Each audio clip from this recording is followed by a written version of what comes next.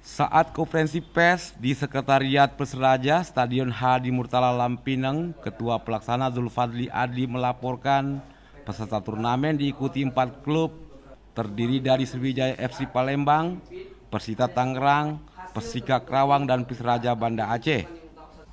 Bagi yang berhasil keluar sebagai pemenang pertama akan mendapat uang pembinaan Rp60 juta, runner up Rp40 juta, pemain terbaik dan top skor masing-masing Rp10 juta. Presiden Persiraja Haji Nazarudin Dekgam mengatakan turnamen pramusim bertajuk Persahabatan ini untuk menghibur rakyat Aceh sekaligus pembinaan Persiraja dalam rangka meningkatkan frekuensi pertandingan.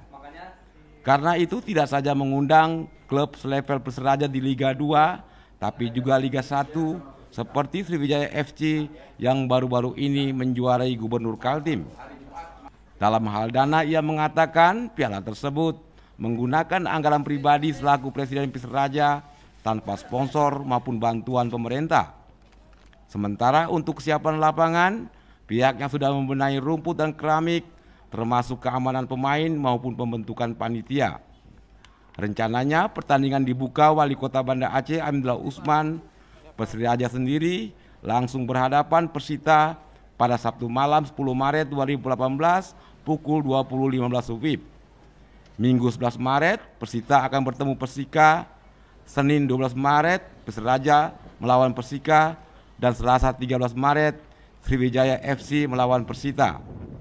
Kemudian pada Rabu 14 Maret Sriwijaya melawan Persika, lalu diakhiri Persiraja melawan Sriwijaya FC pada Jumat malam 16 Maret 2018. Karena tim-tim Pulau Jawa ini udah 7 tahun nggak pernah main di Aceh.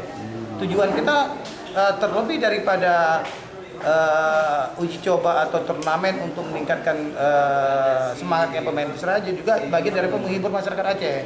Masyarakat Aceh nggak akan bisa lagi melihat Sriwijaya FC main di Aceh, kecuali Persiraja atau Aceh United bisa tembus ke Liga 1.